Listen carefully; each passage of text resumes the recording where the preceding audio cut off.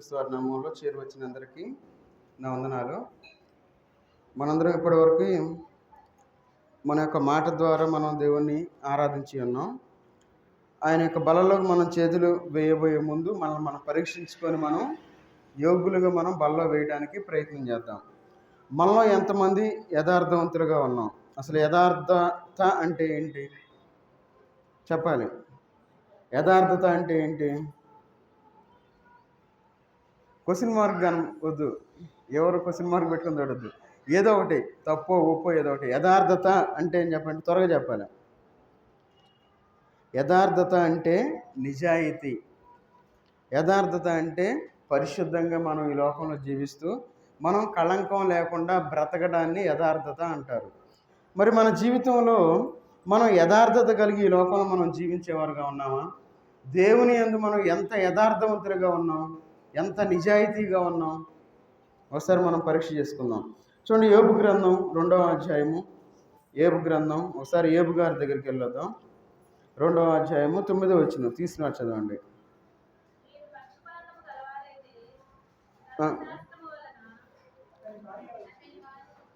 అతని భార్య వచ్చి,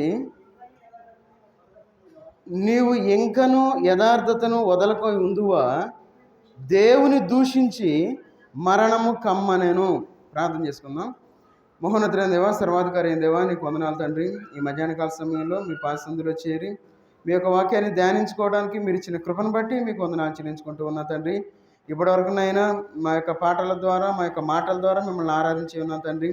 ఆ బలలో మేము పాలుపంపులు పొందబోయే ముందు తండ్రి, మీ యొక్క వాక్య భాగం ద్వారా మమ్మల్ని మేము సరి చేసుకొని యథార్థవంతులుగానైనా బలలో పాలుపంపులు పొందడానికి తగిన సహాయం చేసామని, మీ యొక్క ఆత్మ నడిపింపును మాకు కలుగు చేయమని యేసుక్రీస్తు వారి నామంలో ప్రార్థించి అడిగి వేడుకుంటున్నాం తండ్రి, ఆమేన్.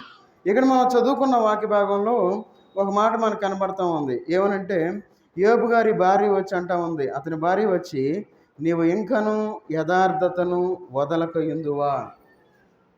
యోబు స్థితి ఏమైపోయిందంటే, బాగా ధనవంతుడు యోబు.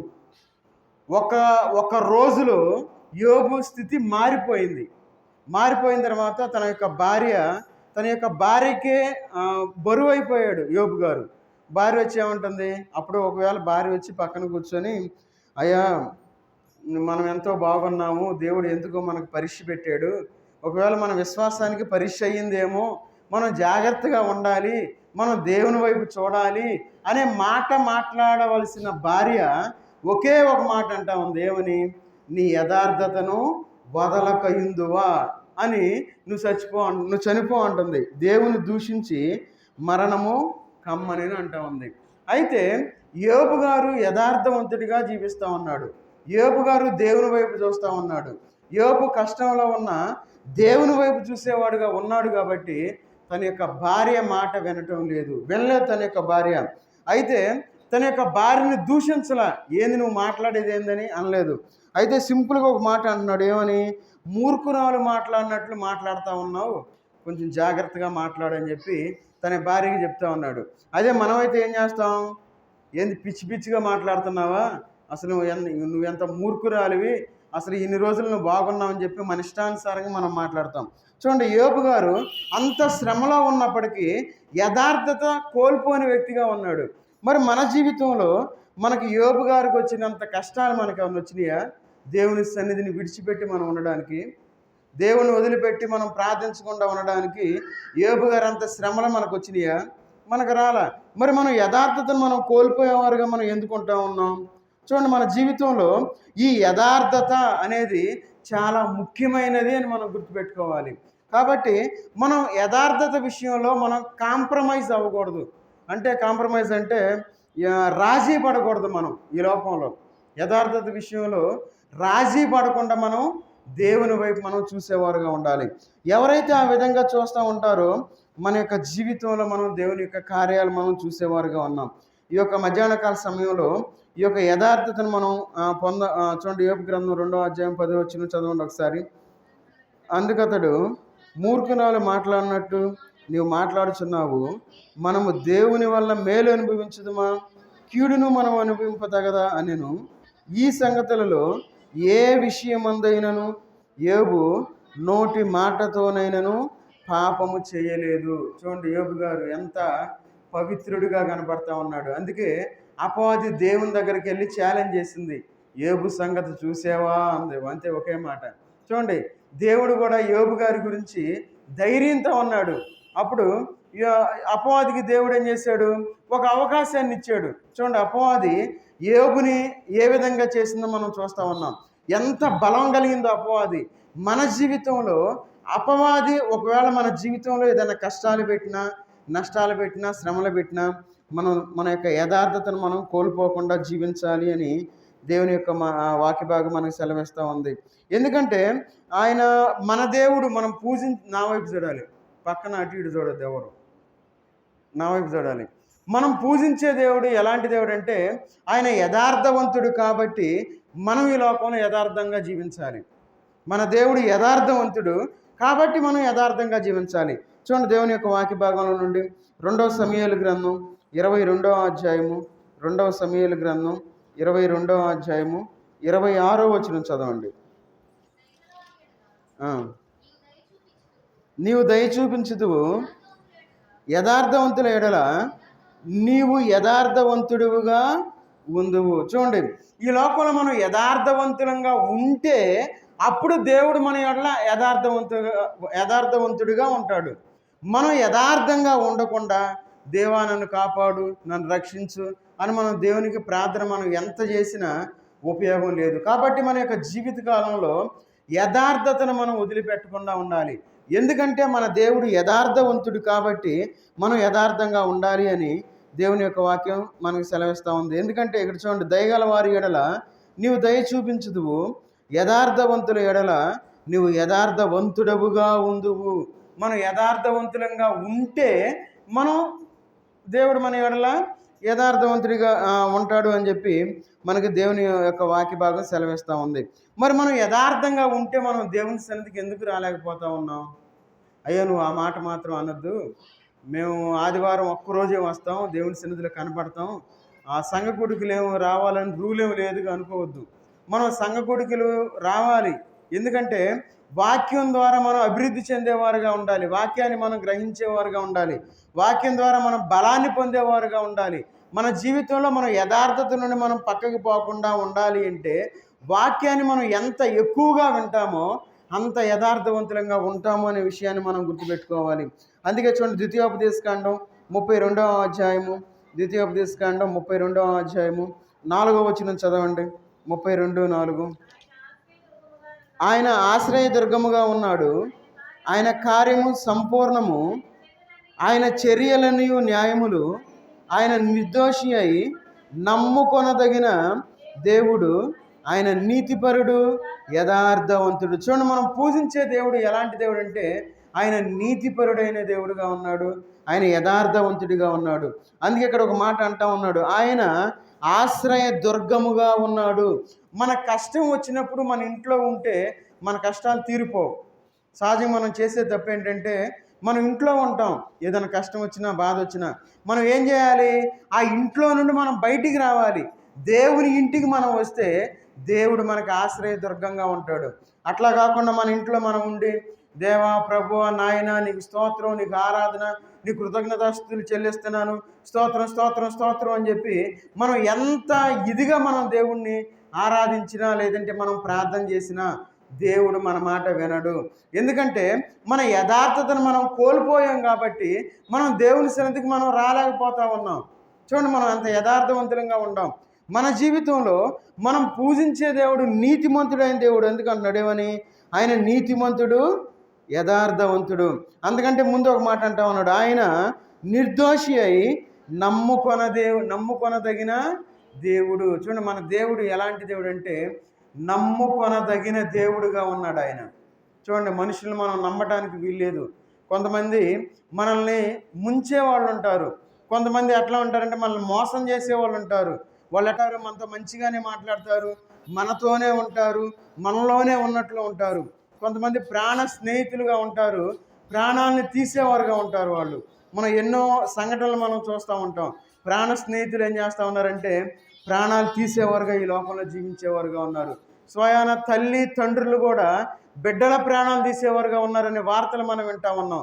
అలాంటి భయంకరమైన రోజుల్లో మనం జీవిస్తూ ఉన్నాం. చూడండి మన యొక్క యథార్థత ఏ విధంగా ఉందో.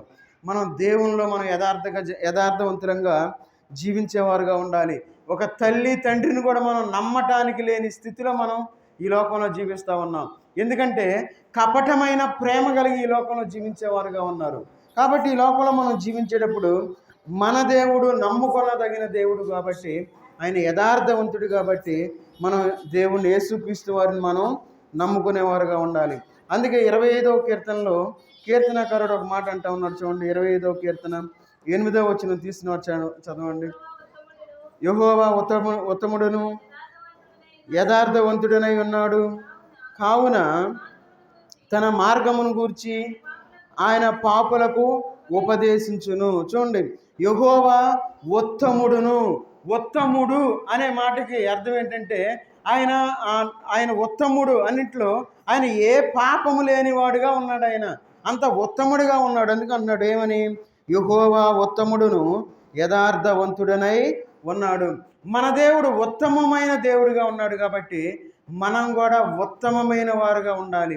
మన జీవితంలో మనం జీవించేటప్పుడు ఉత్తమమైన జీవితాలు మనం జీవించేవారుగా ఉండాలి. మన జీవితాలు మన నోటి మాటలను బట్టి మన యొక్క స్థితిని మనం తగ్గించుకునేవారుగా ఉండకూడదు. కొంతమంది వారు మాట్లాడే మాటలను బట్టి మనం వాళ్ళ గురించి అనుకుంటాం, ఏందో ఇతను ఇట్లా మాట్లాడుతూ ఉన్నాడు, మాటలు సరిగ్గా రాదని చెప్పి అనుకుంటూ ఉంటాం. కొంతమంది నోరు తెరిస్తే దూషణ మాటలు మాట్లాడేవారుగా ఉంటారు. కొంతమంది బాగా పొగరగా మాట్లాడే వాళ్ళు ఉంటారు. కొంతమంది గర్వంగా మాట్లాడే వాళ్ళు ఉంటారు. చూడండి ఎన్ని రకాల మాటలు మాట్లాడే వాళ్ళు ఉంటారు. క్రైస్తవులుగా ఈ లోకంలో మనం జీవించేటప్పుడు మన దేవుడు ఉత్తముడుగా ఉన్నాడు కాబట్టి మనం కూడా ఈ లోకంలో ఉత్తమమైన జీవితాన్ని జీవించేవారుగా ఉండాలి, యథార్థవంతులుగా ఉండాలి. ఎందుకంటే యెహోవా ఉత్తముడును యథార్థవంతుడనై ఉన్నాడు, కావున తన మార్గమును గూర్చి ఆయన పాపులకు ఉపదేశించును. ఆయన ఉత్తముడు కాబట్టి మనలాంటి పాపులను ఆయన దేవుడు మనల్ని ఏర్పాటు చేసుకుని ఉన్నాడు. ఆయన ఇష్టపడ్డాడు. మనం ఎలాంటి వాళ్ళం? మనం పాపులంగా ఈ లోకంలో జీవిస్తూ ఉన్నాం. సహజంగా ఈ లోకంలో మనం పరిశుద్ధులను ఇష్టపడతాం. ఒకవేళ మంచిగా బట్టలు లేకుండా బాగా వాసన వస్తూ ఉంటే మనం వాళ్ళని ఏం చేస్తాం?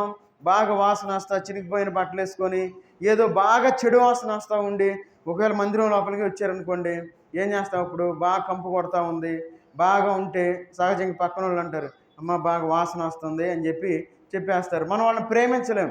అయితే మన దేవుడు మనం పాపంలో ఉన్నప్పుడు, మన శాపంలో ఉన్నప్పుడు మన దగ్గర నుండి పాపపు వాసన వచ్చేటప్పుడు ఆయన మనల్ని ప్రేమించినట్లు మనకి ఇక్కడ దేవుని యొక్క వాక్యం సెలవిస్తూ ఉంది. అందుకంటున్నాడు, కావున తన మార్గంను గూర్చి ఆయన పాపులకు ఉపదేశించును. చూడండి, ఆయన మన దగ్గర పెట్టుకొని ఆయన యొక్క మాటలు చెప్పే దేవుడుగా ఉన్నాడు, ఉపదేశించేవాడుగా. గద్దించును అనే మాట రాయట్లే ఇక్కడ. సహజంగా మనం ఏం చేస్తాం? పాపులతో ఒకవేళ తప్పు పని చేసిన వాళ్ళని కొన్నిసార్లు మనం కొన్ని వార్తలు మనం వింటూ ఉంటాం. ఎలాంటి వార్తలు వింటాం? అయ్యా దొంగతనం చేసాడు, ఎక్కడ హోటల్లో లేదంటే స్వీట్ షాపులో బ్రెడ్ దొంగతనం చేసినందుకు తీవ్రంగా కొట్టిన వాళ్ళు మనం చూస్తూ ఉన్నాం. కొంతమంది అయితే చెట్టుకు కట్టేసి కొట్టేవాళ్ళు మనం చూస్తూ ఉన్నాం డబ్బులు దొంగతనం చేసినప్పుడు. ఎందుకు ఆ విధంగా కొడతా ఉన్నారు? వాళ్ళు పాపం చేశారు కాబట్టి కొడతా ఉన్నారు, దూషిస్తూ ఉంటారు. ఏమని? వీడే చేస్తున్నాడు, సహజంగా నీళ్ళ మోటార్లన్నీ పోతున్నాయంటే వీడే అని చెప్పి చనిపోయే వరకు కొట్టిన వాళ్ళు, చంపేసేవాళ్ళు కూడా ఉన్నారు. మన వార్తల్లో మనం చూస్తూ ఉన్నాం. అయితే మనం అలాంటి స్థితిలో మనం ఉన్నప్పుడు దేవుడు మనల్ని ప్రేమించి, అయ్యా మీరు ఆ తప్పు చేయకూడదు, మీరు ఆ విధంగా తప్పు చేస్తే అది మంచిది కాదు, మీరు ఆత్మీయతలో మీరు అభివృద్ధి చెందలేరు అని దేవుడు మనకు ఉపదేశించేవాడుగా ఉన్నాడు. ఉపదేశించుట వేరు, గద్దించుట వేరు. దేవుడు మనల్ని ఉపదేశిస్తూ ఉన్నాడు, అయ్యా మీరు అట్లా చేయొద్దు, తప్పు అని చెప్పి మనల్ని ఉపదేశించేవాడుగా ఉన్నాడు. అందుకే ఇక్కడ అంటా ఉన్నాడు ఏమనంటే, తన మార్గమును గూర్చి ఆయన పాపులకు ఉపదేశించును. చూడండి, ఆయన మనల్ని ప్రేమిస్తూ ఉన్నాడు. ఆయన ప్రేమ మన మీద ఉన్నది కాబట్టి మనం ఎన్ని కార్యాలు చేసినా, ఎంత దౌర్జన్యంగా ఈ లోకంలో జీవించినా దేవుడు మనల్ని ఉపదేశించేవాడుగా ఉన్నాడు, గద్దించేవాడుగా లేడంటే శిక్షించేవాడుగా లేడు అనే విషయాన్ని మనం గుర్తుపెట్టుకోవాలి. కాబట్టి యొక్క ఉదయకాల సమయంలో మన దేవుడు నీతిమంతుడిగా ఉన్నాడు కాబట్టి మనం నీతిమంతులుగా ఉండాలి. మన దేవుడు ఉత్తముడిగా ఉన్నాడు కాబట్టి మనం ఉత్తముడిగా ఉండాలి. మన దేవుడు యథార్థవంతుడిగా ఉన్నాడు కాబట్టి మనం యథార్థవంతులుగా ఉన్నామో లేదో మనం సరి చేసుకోవాలి. సరి చేసుకొని మనం ముందుకు వెళ్ళాలి. ఎందుకంటే మన దేవుడు ఎలాంటి దేవుడు అంటే మన యథార్థతను బట్టి తీర్పు తీర్చే దేవుడుగా ఉన్నాడు ఆయన. మనం ఎవరికైనా తీర్పు తీర్చాలంటే వారి యొక్క పాపాలను బట్టి మనం తీర్పు తీరుస్తాం. మన యొక్క న్యాయస్థానాలు ఏం చేస్తాయంటే మన యథార్థతను బట్టి తీర్పు తీర్చబోయి ఏం చేస్తాయి, మనం ఎంత బాగున్నా ఎంత మంచి మంచి పనులు చేసినా ఒక తప్పు చేస్తే ఆ తప్పును చూపించి అబ్బాయి నువ్వు ఈ తప్పు చేసావు, లేదంటే నువ్వు హత్య చేసావు కాబట్టి నీకు ఈ సెక్షన్ కింద నీకు ఉరిదేస్తున్నాం, లేదంటే కారాగార శిక్ష విధిస్తున్నాం అని చెప్పి శిక్ష విధించేవిగా ఉన్నాయి. అయితే మన దేవుడు ఎలాంటి దేవుడు అంటే మన యథార్థతను బట్టి తీర్పు తీర్చే దేవుడిగా ఉన్నాడు. చూడండి దేవుని యొక్క వాక్య భాగంలో నుండి యోబు గ్రంథం 31వ అధ్యాయము, యోబు గ్రంథం 31వ అధ్యాయము 6-7 వచనాలు చదవండి. దేవుడు తెలుసుకున్నట్లు న్యాయమైన త్రాసులో ఆయన నన్ను తూచునుగాక, నేను త్రోవ విడిచి నడిచిన ఎడల నా మనస్సు నా కన్నులను అనుసరించి సంచరించిన ఎడల మాలిన్యమేమైనను నా చేతులకు తగిలిన ఎడల చాలు. ఇక్కడ చూడండి ఏమంటాడు, నేను యథార్థుడనై ఉన్నానని దేవుడు తెలుసుకున్నట్లు. ఈ మాట ఎప్పుడు అంటున్నాడు? యోబు బాగా సంతోషంగా ఉన్నప్పుడు ఆ మాట అంటలా. యోబు కష్టంలో ఉన్నాడు, అన్ని కోల్పోయిన స్థితిలో ఉన్నాడు. తనకి మిగిలింది ఎవరంటే తన యొక్క భార్య మాత్రమే. ఆస్తి మొత్తం కోల్పోయాడు, తన యొక్క బిడ్డల్ని కోల్పోయాడు, సమస్తాన్ని కోల్పోయాడు, తన యొక్క దాసీని కోల్పోయాడు, ఏమీ లేనివాడుగా ఉన్నాడు యోబు గారు. అయితే ఎలాంటి స్థితులు అంటా ఉన్నాడు, ఏమని అంటా ఉన్నాడు చూడండి, నేను యథార్థుడనై ఉన్నానని దేవుడు తెలుసుకున్నట్లు. చూడండి మన దేవుడు ఎలాంటి దేవుడు అంటే మన యొక్క యథార్థతను బట్టి తీర్పు తీర్చే దేవుడుగా ఉన్నాడు. ఒకవేళ ఈ ఉదయకాల సమయంలో మనం కష్టంలో ఉన్నావేమో, ఒకవేళ మనం బాధలో ఉన్నావేమో, ఒకవేళ మనం వేదనలో ఉన్నావేమో, ఒకవేళ చింతలో మనం జీవిస్తూ ఉన్నామో, మనం యథార్థవంతులుగా మనం జీవిస్తే యోబు గారిని ఏ విధంగా అయితే రెట్టింపు ఆశీర్వాదం ఇచ్చి ఉన్నాడో అదే విధంగా దేవుడు మనల్ని ఆశీర్వదించాలి అని చెప్పి ఆయన ఆశపడుతూ ఉన్నాడు. అందుకంటున్నాడు ఏమని, న్యాయమైన త్రాసులో ఆయన నన్ను తూచునుగాక, నేను త్రోవ విడిచి నడిచిన ఎడల నా మనస్సు నా కన్నులను అనుసరించి సంచరించిన ఎడల మాలిన్యమేమైనను నా చేతులకు తగిలిన ఎడల. చూడండి తన గురించి తను పరీక్ష చేసుకుంటా ఉన్నాడు యోబు గారు. ఏమంటా ఉన్నాడు, నా త్రోవ విడిచి నడిచిన ఎడల. మన జీవితంలో మనం దేవుని యొక్క త్రోవలో మనం జీవించేవారుగా ఉండాలి, దేవుని యొక్క అడుగుజాడల్లో మనం నడిచేవారుగా ఉండాలి. అందుకే యోబు ఎంతో ధైర్యంగా మాట్లాడుతూ ఉన్నాడు, ఏమని, నా త్రోవ విడిచి నేను నడిచిన ఎడల అని చెప్పి ఎంతో ధైర్యంగా తను చెప్తా ఉన్నాడు. తర్వాత ఏమన్నాడు, నా మనసు నా కన్నులను అనుసరించి సంచరించిన ఎడల. చూడండి కన్ను ఏం చేస్తుందంటే చూసిన ప్రతిదీ మనకు కావాలనిపించింది. మన కన్ను ఉదాహరణకి ఒకవేళ మనకి చిన్న స్కూటీ ఉందనుకోండి, స్కూటీ ఉన్నప్పుడు ఒక మంచి బైక్ కొనుక్కోవాలనిపించింది, పక్కన ఏదైనా మంచి బైక్ వెళ్తా ఉన్నప్పుడు. ఒకవేళ మనకి చిన్న బైక్ ఒకటి ఉందనుకోండి, ఆ బైక్ కాదు మంచి బుల్లెట్ ఉంటే బాగుంటుంది అనిపిస్తుంది. ఒకవేళ మనకు మంచి బుల్లెట్ ఉందనుకోండి, మంచి కారు ఉంటే బాగుంటుంది అనిపిస్తుంది. మంచి కారు ఉన్నప్పుడు ఇంకా కాస్ట్లీ కారు ఉంటే బాగుండాలనిపించింది. చూడండి మన కన్ను చూసి మన మనసు ఆశపడేదిగా ఉంటుంది. అందుకే ఇక్కడ యోబు గారు అంటా ఉన్నాడు, ఏమని, నా మనసు నా కన్నులను అనుసరించి సంచరించిన ఎడల. తనకు అన్నీ ఉన్నాయి, చూసింది ప్రతిదీ తను పొందవచ్చు, కానీ యోబు తన యొక్క జీవితంలో ఆ విధంగా చేసిన వాడు కాడు. ఎందుకంటే యథార్థవంతుడిగా ఈ లోకంలో జీవించినట్లు మనం చూస్తూ ఉన్నాం. చూడండి కొంచెం డబ్బు మనకు ఉందనుకోండి, మనకు కావలసిన ప్రతిదీ మనం తెచ్చుకోవటం తప్పు అని నేను అన్నాను. దేవునికి విరుద్ధంగా మనం జీవించడం తప్పే.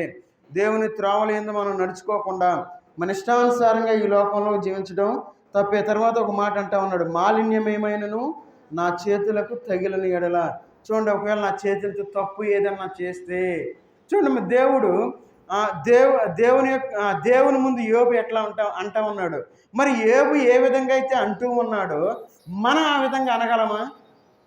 ఈ లోకంలో మనం ఏం చేస్తాం, యోబు ఎంతో ధైర్యంగా చెప్తా ఉన్నాడు, ఏమని, ఆయన యథార్థవంతుల్ని నా యొక్క యథార్థతను బట్టి అని ఆయన సంబోధిస్తూ ఈ విషయాలు చెప్తా ఉన్నాడు. మరి మన జీవితంలో మనం ఎట్లా జీవిస్తూ ఉన్నాం? మనం ఎంత యథార్థవంతులుగా ఈ లోకంలో జీవిస్తూ ఉన్నాం? దేవుని యందు మనం ఎంత యథార్థంగా మనం జీవిస్తామో అంత ఆశీర్వదించబడతాము. ప్రతి విషయంలో మనం ఏం చేయాలంటే యథార్థంగా ఉండాలి. ఏముందిలే అని మనం కాంప్రమైజ్ అయ్యామంటే మన జీవితంలో మనం కోల్పోయేవారుగా ఉంటాం. అందుకే మనం రాజీ పడే యథార్థతను మన జీవితంలో మనం కలిగి ఉండవద్దు అని చెప్పి దేవుని యొక్క వాక్య భాగం మనకి సెలవిస్తూ ఉంది. అందుకే చూడండి, కీర్తనకారుడు ఒక మాట అంటా ఉన్నాడు. కీర్తనల గ్రంథం 7వ అధ్యాయము 8వ వచనం తీసినవాడు చదవండి. యెహోవా జనములకు తీర్పు తీర్చువాడు. యెహోవా నా నీతిని బట్టి నా యథార్థతను బట్టి నా విషయంలో నాకు న్యాయము తీర్చుము. చూడండి, ఇక్కడ ఏమంటా ఉన్నాడు? యెహోవా జనములకు తీర్పు తీర్చువాడు. ఈ లోకంలో తీర్పు తీర్చడానికి మనం ఎవరం అసలు? ఈ లోకంలో సహజంగా మనం ఏం చేస్తామంటే ప్రతి దాని గురించి మనం జడ్జిమెంట్ ఇస్తాం. ఒకవేళ మనకు తెలియకపోయినా సరే తొందరపడి మాట్లాడేస్తాం. ఏమని? భలేవాడు, ఇట్లా చేసి అట్లా చేయకూడదు, ఇట్లా చేస్తే మంచిది అని చెప్పి మనం అంటూ ఉంటాం. మనం తొందరపడి మనం మాట్లాడేవారుగా ఉంటాం. చూడండి మన జీవితంలో. అయితే మనం తీర్పు తీర్చకూడదు ఈ లోకంలో. అందుకే ఇక్కడ అంటా ఉన్నాడు చూడండి, యెహోవా జనములకు తీర్పు తీర్చేవాడు. ఆయన తీర్పు తీర్చేవాడుగా ఉన్నాడు కాబట్టి మనం సైలెంట్గా ఉండాలి ఈ లోకంలో. ఈ లోకంలో మనం జీవించేటప్పుడు యేసుక్రీస్తు వారు ప్రతి మనిషి యొక్క పాపాలను చూడగలడు. అయితే ఆ పాపాన్ని చూసి ఎప్పుడు దేవుడు ఆ పాపాన్ని ఎప్పుడు బయట పెట్టలే. చూడండి, ఆ యొక్క పాపం చేసే స్త్రీ వచ్చినప్పుడు ఏమని పిలుస్తాడు? అమ్మా అని పిలుస్తాడు. అమ్మ అని ఎవరు పిలుస్తారు చెప్పండి? ఎంత ప్రేమ ఉండబట్టి దేవుడు ఆ పాపంలో పట్టుబడిన స్త్రీని అమ్మ నీ మీద ఎవరు రాయి వేయలేదా అని చెప్పి దేవుడు పిలుస్తూ ఉన్నాడు.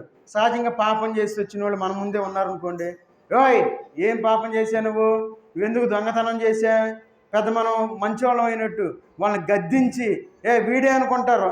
మన నిడుబ్రోలో ఉన్న మొత్తం దొంగతనం చేస్తుంది వీడే ఉంటాడు, మన 4 బైకులు పోయినాయి, 2 మోటార్లు పోయినాయి, 4 బస్తాలు బియ్యం పోయినాయి, వడ్డు పోయినాయి, వీడై ఉంటాడని చెప్పి మనం తీర్పు తీర్చేవారుగా ఉంటాం మనకు తెలియకపోయినా. అయితే దేవుడు తీర్పు తీర్చేవాడుగా ఉన్నాడు. అందుకన్నాడు, యెహోవా నా నీతిని బట్టి నా యథార్థతను బట్టి నా విషయంలో నాకు న్యాయము తీర్చుము. చూడండి, ఆయన యథార్థతను బట్టి తీర్పు తీర్చేవాడుగా ఉన్నాడు కాబట్టి మన యొక్క యథార్థతను మనం కోల్పోయేవారుగా ఈ లోకంలో మనం ఉండకూడదు. యథార్థవంతులంగా ఉండాలి. మనం ఎలాంటి స్థితిలో మనం ఉన్నప్పటికీ మన యొక్క యథార్థతను మనం వదిలిపెట్టకూడదు అని చెప్పి దేవుని యొక్క వాక్య భాగం సెలవిస్తూ ఉంది. మరి మనం యథార్థతను మనం ఎందుకు వదిలిపెట్టకూడదు? యథార్థతను వదిలిపెట్టకపోతే ఈ లోకంలో మేము సుఖంగా జీవించలేము. మరి వ్యాపారంలో బాగా డబ్బులు కావాలంటే తప్పు చేయాల్సిందే, మోసం చేయాలి. మోసం చేస్తేనే 100 రూపాయలకు కొన్న వస్తువుని 500కి మేము అమ్మగలం. 100 రూపాయలకు 100 రూపాయలకు అమ్ముకో, లేకపోతే ఏదో కొంచెం లాభం తీసి అమ్ముకోవాలి. మరి దౌర్జన్యం కొంతమంది ఆ విధంగా అమ్మేవాళ్ళు కూడా ఉంటారు. చూడండి మన జీవితంలో, ఎందుకంటే మనం యథార్థంగా జీవిస్తే ఈ లోకంలో మనం ఎట్లా ఉంటామంటే చూడండి, యోబు గ్రంథం 4వ అధ్యాయము, యోబు గ్రంథం 4వ అధ్యాయము 7వ వచనం చదవండి. 4:7 జ్ఞాపకము చేసుకొనుము, నిరపరాధి అయిన ఒకడు ఎప్పుడైనా నశించిన, యథార్థవర్తనుడు ఎక్కడైనను నిర్మూలమైరా. చూడండి, ఇక్కడ ఒక ప్రశ్న వేస్తా ఉన్నాడు. ఏమని? అందుకంటే ముందు 6వ వచనంలో నీ భక్తి నీకు ధైర్యం పుట్టిన పద, నీ యథార్థ ప్రవర్తన నీ నిరీక్షణకు ఆధారము కాదా, జ్ఞాపకము చేసుకొనుము. మరి మన భక్తి ఏ విధంగా ఉంది మనం జ్ఞాపకం చేసుకోవాలి. మరి అంత భక్తి కలిగి మనం జీవిస్తూ ఉన్నామా? యోబు గారికి ఉన్న భక్తిని మనం కలిగి జీవించాలి. ఈ లోకంలో మనకి ఏమి ఉన్నా లేకపోయినా దేవుని యందు మనం నిరీక్షణ కలిగి ఈ లోకంలో జీవించాలి. యోబు గారు ఒక నిరీక్షణ కలిగి ఉన్నాడు. సమస్తాన్ని కోల్పోయాడు, అయినా ఆ యొక్క బూడిదలో కూర్చొని చిల్లపెంకు తీసుకొని తన యొక్క ఆరోగ్యాన్ని కూడా కోల్పోయినట్లు మనం చూస్తూ ఉన్నాం. ఆ గీక్కోవడానికి గోళ్ళు కూడా లేనివాడుగా ఉండి చిల్లపెంగుతో ఇట్లా గోపుకుంటా ఉన్నాడు. చూడండి యోబు. అప్పుడు యోబుకు ఒక ఆలోచన రావాలి, అయ్యో నేను మంచి బెడ్ మీద పడుకునేవాడినే, నేను చక్కగా లగ్జరీ లైఫ్ అనుభవిస్తూ ఉన్నానే, ఏంది దేవా నన్ను ఇట్లా చేసేవని చెప్పి యోబు గారు అంటలేదు. చూడండి దేవుని యొక్క వాక్యం చూడండి. అందుకే ఇక్కడ ఒక మాట మనం చూస్తూ ఉన్నాం. ఏమనంటే, నీ యథార్థ ప్రవర్తన నీ నిరీక్షణకు ఆధారము కాదా, జ్ఞాపకము చేసుకొనుము. నిరపరాధి అయిన ఒకడు ఎప్పుడైనా నశించెనా. చూడండి, ఎవ్వరూ నశించిపోరు యథార్థవంతులుగా ఉంటే. తర్వాత అంటున్నాడు, యథార్థ వర్తనలు ఎక్కడైనాను నిర్మూలమైరా. చూడండి, ఈ లోకంలో మనం జీవించేటప్పుడు మనం యథార్థవంతమైన జీవితాన్ని మనం జీవించాలి. మనం యథార్థవంతులుగా జీవిస్తే దేవుడు మనల్ని వదిలిపెట్టడు, నిర్మూలన చేయడు. మనం నశించిపోయినట్లు బైబిల్లో ఎక్కడా లేదు యథార్థంగా జీవించిన వాళ్ళు. మరి మన జీవితంలో మరి మనం యథార్థవంతులుగా ఎందుకు జీవించలేకపోతా ఉన్నాం? ప్రార్థనకి రావటం విషయంలో మన యథార్థత మనకు కనబడతా ఉంది. ఎక్కడ దాకా ఎందుకు మనం అయ్యా ఎందుకు ప్రార్థనకి రాలేదంటే, అయ్యా ఎక్కడయ్యా అసలు ఆదివారం ఎంత బిజీగా ఉంటుందో, అసలు కూర వండుకునే వరకు 12 అయిపోయింది, అప్పుడే కూర ఉడికింది, ఇంకేడొచ్చేది 12 గంటలకు ఆరాధన కూడా అయిపోద్ది, బలవర్తమానం కూడా సగం అయిపోద్ది, ఇంకేడొచ్చేదే అంటాం. మన కూర ముఖ్యమా దేవుడు ముఖ్యమా? చూడండి, మళ్ళీ సమస్య ఇంకొకటి ఉంది. ఈరోజు మేము బయట కూర్చొని చేపలు చేస్తుంటే చూసుంటాడు అటు వెళ్తా, నేను ఎవరిని చూడలా, నేను అసలు ఈరోజు ఇట్టే రాలా అనుకుంటారు. మనకు వచ్చే ఆలోచనలు అట్లా ఉంటాయి. చూడబట్టే ఈరోజు ఆలస్యమైందిగా నా గురించే చెప్పాడు అట్లా అనుకోవద్దు. మన జీవితంలో మనం యథార్థవంతులుగా ఉండాలి. ఏమైంది, తినకుండా వస్తే ఏం కాదు. చూడండి, మన యథార్థతను మనం కోల్పోకుండా ఈ లోకంలో మనం జీవించాలి. ఎందుకంటే సాతాను ఏమనుకుంది, యోబును నాశనం చేయాలనుకుంది, యోబును నిర్మూలన చేయాలనుకుంది. కానీ యోబు యథార్థవంతుడిగా ఉన్నాడు కాబట్టి తన యొక్క జీవితంలో చూడండి, యోబు గారు ఒక తీర్మానం తీసుకున్నాడు. యోబు గ్రంథం 27వ అధ్యాయము, యోబు గ్రంథం 27వ అధ్యాయము 5వ వచనం తీసుకున్నారు, చదవండి. 27. నేనేమాత్రమును ఒప్పుకొనను, మరణమగు వరకు నేనెంత మాత్రమును యథార్థతను విడువను. చూడండి, యోబు గారు ఎంత గొప్ప నిర్ణయం తీసుకున్నారు. మరి మన జీవితంలో మనం ఏమి నిర్ణయం తీసుకుంటున్నాం? ఎవరన్నా ఒక్క మాట అంటే నేను రాను ప్రార్థనకి, చూడండి, రాకపోతే ఎవరికి నష్టం? ఒకవేళ మనం అనుకోవచ్చు, ఈ ప్రార్థన కాకపోతే ఇంకొక ప్రార్థన, ఇంకో ప్రార్థన కాకపోతే ఇంకో ప్రార్థన. చూడండి, మనం దేవునితో ఉన్న సంబంధం ఎట్లా ఉండాలంటే ప్రతిష్టంగా, అంటే గట్టిగా ఉండాలి. మనం దేవునిలో వేరుపారిన జీవితాలు మనం జీవించేవారుగా ఉండాలి. విశ్వాసంలో మనం బలపడేవారుగా ఉండాలి. అంతకంతకు అభివృద్ధి చెందేవారుగా ఉండాలి. ఇవన్నీ మర్చిపోయి చిన్న మాట దగ్గర, లేదంటే వందనాలు చెప్పలేదనో, లేదంటే ఎవరన్నా ఒక మాట అన్నారనో మనం దేవుని సన్నిధిని వదిలిపెట్టి వెళ్ళిపోయేవారుగా ఉన్నారు కొంతమంది.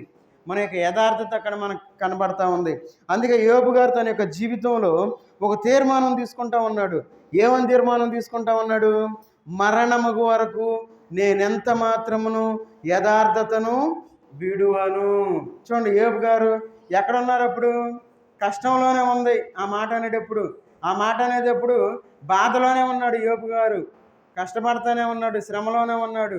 అయితే అంత బాధలో ఉండి కూడా నా యథార్థత నేను విడిచిపెట్టను మరణముగు వరకు అన్నాడు. చూడండి, సాతాను యొక్క మాట, సాతాను ఓడిపోయింది అక్కడ. దేవుని దగ్గరకు వచ్చి ఛాలెంజ్ చేసింది. ఏమని? యోబు గారి గురించి. సాతాను యొక్క మాట తేలిపోయింది. మరి మన జీవితంలో మనం ఎంత యథార్థవంతులుగా ఉన్నాం? మన ప్రాణం ఉన్నంత వరకు మనం దేవునిలో యథార్థవంతులుగా ఉండాలి. మన యథార్థతను మనం కోల్పోతూ ఉన్నాం. మన యొక్క యథార్థత ఎట్లా ఉందంటే అంతా కాంప్రమైజే మనం చేసేది. దేవుని యొక్క భక్తి అన్ని విషయాల్లో మనం కరెక్ట్గా ఉంటాం, కానీ దేవుని విషయానికి వచ్చే వరకు మనం ఏం చేస్తాం? వెనకడుగు వేసేవారుగా ఉంటాం, రాజీ పడిపోతూ ఉంటాం. ఏమని? ఏముంది లేకపోతే ఏం కాదులే, ఆదివారమేగా, ఈ వారం కాకపోతే వచ్చే వారం వెళ్తాం, వచ్చే వారం కాకపోతే ఇంకొక వారం వెళ్తాం, సంఘ ప్రార్థనేగా, మంగళవారం కాకపోతే గురువారం, గురువారం కాకపోతే శనివారం. చూడండి, దేవుడు మనల్ని కాపాడుతూ ఉన్నాడు. ఎందుకంటే మనం ఎప్పుడైతే యథార్థవంతులుగా ఉంటామో దేవుడు మనల్ని ఇష్టపడేవాడుగా ఉన్నాడు.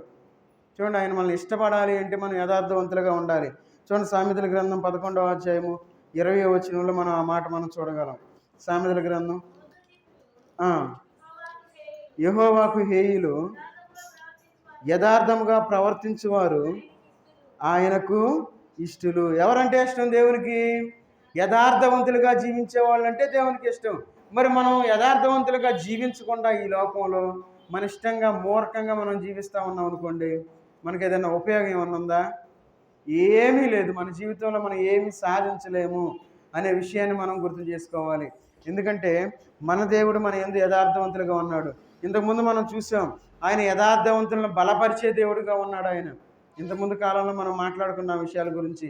యథార్థవంతులుగా ఉంటే ఆయన ఇష్టపడతాడు. తర్వాత ఆయన బలపరిచేవాడుగా ఉన్నాడు. తర్వాత యథార్థవంతుల్ని వర్ధిల్ల చేసే దేవుడుగా ఉన్నాడు ఆయన. చూడండి, ఆయన మనకి ఎన్ని ఆశీర్వాదాలు ఇస్తా ఉన్నాడు. ఆయన ఇంకేం చేస్తాడు? యథార్థవంతులుగా ఈ లోకంలో మనం జీవిస్తే మనల్ని నడిపించే దేవుడుగా ఉన్నాడు ఆయన. ఎప్పుడు? యథార్థంగా జీవిస్తేనే ఆయన నడిపించేది. ఇంకా ఈ లోకంలో ఎవరైతే యథార్థవంతులుగా ఉంటారో వాళ్ళు మేలైన దాన్ని స్వతంత్రించుకుంటారు అని దేవుని యొక్క వాక్య భాగంలో మనం చూసుకున్నాం. ఇంతకుముందు మనం చూసుకున్నాం. చూడండి, ఎవరైతే యథార్థవంతమైన జీవితాలు జీవిస్తూ ఉంటారో, అయితే ఇంకా యథార్థవంతమైన జీవితాలు జీవిస్తే వారు ఉద్ధరించబడి వారి యొక్క జీవితాల్లో దీవించబడతారు అని దేవుని యొక్క వాక్య భాగం సెలవిస్తూ ఉంది. చూడండి, చివరిగా మాట మనం చూసుకొని మనం ముగించుకున్నాం 2 మాటలు. కీర్తనల గ్రంథం 41వ అధ్యాయము, కీర్తనల గ్రంథం 41వ అధ్యాయము 12వ వచనం. 41వ కీర్తన 12. నా యథార్థతను బట్టి నీవు నన్ను ఉద్ధరించుచున్నావు, నీ సన్నిధిని నిత్యము నన్ను నిలవబెట్టుదువు. చూడండి, ఏమంటా ఉన్నాడు ఇక్కడ? నా యథార్థతను బట్టి నీవు నన్ను ఉద్ధరించుచున్నావు. ఆయన ఉద్ధరించే దేవుడుగా ఉన్నాడు. ఆయన మనల్ని వదిలిపెట్టే దేవుడుగా లేడు. ఆయన నీ సన్నిధిని నిత్యము నన్ను నిలవబెట్టుదువు. చూడండి, 112వ కీర్తన 2వ వచనం చూసుకుందాం. ఒక వచనం చదువుకొని మనం ముగించుకుందాం. 112వ కీర్తన. వాని సంతతి వారు భూమి మీద బలవంతులగుదురు, యథార్థవంతుల వంశపు వారు దీవింపబడుదురు. చూడండి, దీవించబడతాం. చూడండి, ఎవరైతే యథార్థవంతులుగా ఈ లోకంలో జీవిస్తారో వారు దీవించబడతారు. చూడండి, అందుకే మనం ఈ లోకంలో యథార్థవంతులుగా ఉండాలి. ఇంతకుముందు మనం చెప్పుకున్నాం, వాటికి రెఫరెన్స్లు కూడా నేను చూపించాను మీకు. ఎవరు ఆయన ముఖదర్శనం చేస్తారు, బలవంతులు అవుతారు, అవన్నీ యథార్థవంతులుగా ఈ లోకంలో జీవిస్తే మనకు కలిగే మేళ్ల గురించి మనం ఇంతకుముందు మనం చూసుకున్నాం. వాటిలో ఇంతకుముందు చెప్పినవన్నీ వాటికి రెఫరెన్స్లు కూడా మీకు చూపించాను నేను. చూడండి, మన జీవితంలో మనం యథార్థతను మన మరణం వరకు మనం వదిలిపెట్టేవారుగా ఉండకూడదు. మన మరణం వరకు, మనం చనిపోయే వరకు ఎవరైతే యథార్థవంతులుగా జీవిస్తారో వారి జీవితాల్లో వారు దీవించబడతారు అనే విషయాన్ని దేవుని యొక్క వాక్య భాగం మనకి సెలవిస్తూ ఉంది. అయితే ఈ మధ్యాహ్న కాల సమయంలో మనం పరిశీలన చేసుకుందాం. మరి మనం ఎంత యథార్థంగా ఈ లోకంలో జీవిస్తూ ఉన్నాం? మనం యథార్థంగా ఉంటే ఖచ్చితంగా దేవుడు దీవిస్తాడు. ఒకవేళ మనం ప్రార్థన చేసిన వాటిని మనం పొందకపోయినా దేవుడు మనకు ఒక ద్వారాన్ని తెరిచేవాడుగా ఉంటాడు. ఆయన ఖచ్చితంగా మన జీవితంలో మనం వాటిని అనుభవించేవారుగా ఉండాలి. మనం అనుభవిస్తూ ఉన్నాం. మనం యథార్థంగా ఉంటే మనం అట్లా వెళ్ళగలుగుతాం. యథార్థంగా లేకపోతే మనం అలాంటి జీవితాన్ని మనం జీవించలేము అని మనం అర్థం చేసుకోవాలి. కాబట్టి ఈ మధ్యాహ్న కాల సమయంలో మనందరం యథార్థవంతులంగా జీవించాలి. మనం యథార్థవంతులంగా లేము కాబట్టి మనం దేవుని సన్నిధిని నిర్లక్ష్య పెట్టేవారుగా ఉన్నాం. చూడండి, మన జీవితంలో ఎవరైతే యథార్థవంతమైన జీవితాలు జీవిస్తూ ఉంటారో వారు ఎట్లా ఉంటారు? దేవుడు మనల్ని విడిచిపెట్టని దేవుడుగా ఉన్నాడు. ఆయన బలపరిచేవాడుగా ఉన్నాడు, నడిపించేవాడుగా ఉన్నాడు, మనల్ని పోషించేవాడుగా ఉన్నాడు, మన చుట్టూ కంచె వేసేవాడుగా ఉన్నాడు. ఏబు గారి చుట్టూ ఏ విధంగా అయితే కంచె వేసి ఉన్నాడో అదే విధంగా మన చుట్టూ కంచె వేసి మనల్ని నడిపించేవాడుగా ఉన్నాడు, రెండంతలుగా దీవించేవాడుగా ఉన్నాడు. ఒకవేళ ఇప్పుడు మనం కష్టంలో ఉండొచ్చు, ఒకవేళ మనం అప్పుల్లో ఉండొచ్చు, ఒకవేళ మనం బాధల్లో ఉండొచ్చు. వీటి నుండి మనం బయటపడాలంటే దేవుని యందు మనం యథార్థత మనం కలిగి ఉండాలి. ప్రతి విషయంలో మనం యథార్థంగా ఉన్నట్లయితే దేవుడు మనల్ని 100% ఆశీర్వదిస్తాను, దీవిస్తాను అని చెప్పి తన యొక్క వాక్యం ద్వారా మనకి సెలవిస్తూ ఉన్నాడు. కాబట్టి మనందరం తల్ల వంచి కళ్ళు మూసుకొని మనల్ని మనం పరిశీలన చేసుకొని మనం బలలో పాలుపొంపులు పొందాం. మహోన్నతుడైన దేవా, సర్వాధికారి అయిన దేవా, నీకు వందనాలు తండ్రి. ఈ మధ్యాహ్న కాల సమయంలో మీ పాసందులో చేరినైనా మీ యొక్క వాక్యపు వెలుగులో మమ్మల్ని మేము పరిశీలన చేసుకోవడానికి మీరు ఇచ్చిన కృపను బట్టి మీకు వందనాలు చెల్లించుకుంటూ ఉన్నా తండ్రి.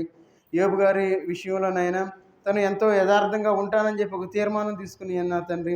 అదేవిధంగా నేను ఇక్కడ చేరిన ప్రతి బిడ్డనైనా ఆలోచించి దేవుడు నన్ను కాచి కాపాడుతున్నాడు, నా కుటుంబాల్లో సంతోషం ఇస్తున్నారు, ఆరోగ్యం ఇస్తూ ఉన్నారు అనే విషయాన్ని జ్ఞాపకం చేసుకుని తండ్రి, ఆ యొక్క మీ యందునైనా యథార్థత కలిగిన వారుగా ఈ లోకంలో జీవించడానికి తగిన సహాయం దయచేయండి.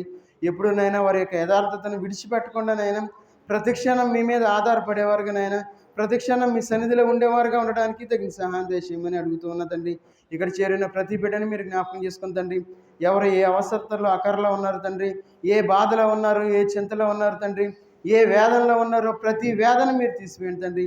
అనారోగ్యంతో బాధపడే ప్రతి బిడ్డని మీరు జ్ఞాపకం చేసుకుంటుంది, వారికి సంపూర్ణమైన ఆరోగ్యాన్ని కలిగించండి. ఇంకా ఎవరైతే బాప్తిస్మం తీసుకుని ఉన్నారో తండ్రి, ప్రతి ఒక్కరూ వాక్యానుసారంగా వారు నాయన పరిశీలన చేసుకొని మీ యొక్క బలలో పాలు పంపులు పొందడానికి తగిన సహాయం దయచేయండి తండ్రి. ఇంకా నన్ను ఎవరైతే బాప్తిస్మం తీసుకోవడానికి ముందుకు వచ్చి ఉన్నారో తండ్రి, వారు నాయన ఇంకా వారు త్వరపడినైనా బాప్తిస్మం తీసుకోవడానికి తగిన సహాయం దయచేయండి తండ్రి. వారు అన్ని కూడుకులకు హాజరైన ఆయన వారు బలాన్ని పొందడానికి తగిన సహాయం దయచేయమని అడుగుతున్నా తండ్రి. ఇంకెవరైతే మారు మనసు పొందకుండా ఈ లోకంలో జీవిస్తూ ఉన్నారో ఆ బిడ్డను మీరు జ్ఞాపకం చేసుకుంటండి.